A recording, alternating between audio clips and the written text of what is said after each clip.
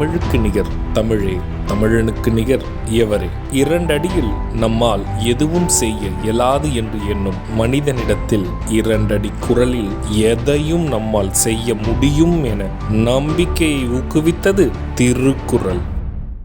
வணக்கம் குழந்தைகளே. வணக்கம் பகலவன் ஐயா. இன்னைக்கான குறளை நம்ம பார்ப்போமா? ஓ, பார்க்கலாமே. சரி, பாடத்துக்குள்ள போலாம்.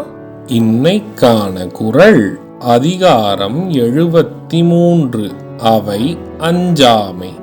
குறள் எண் 729. கல்லாதவரின் கடை என்ப கற்றறிந்து நல்லார் அவை அஞ்சுவார்.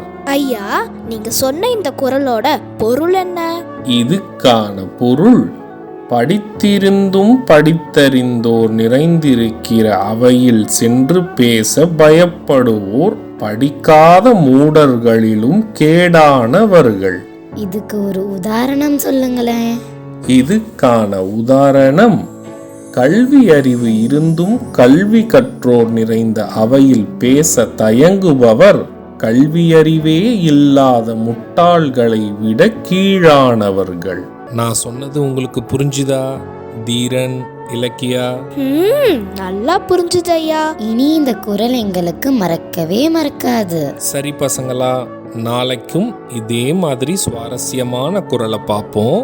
நீங்க வீட்டுக்கு போன உடனே என்ன பண்ணணும்? இன்னைக்கு நாங்க படிச்ச குறளை அப்பா அம்மா கிட்ட சொல்லி காட்டுவோம்.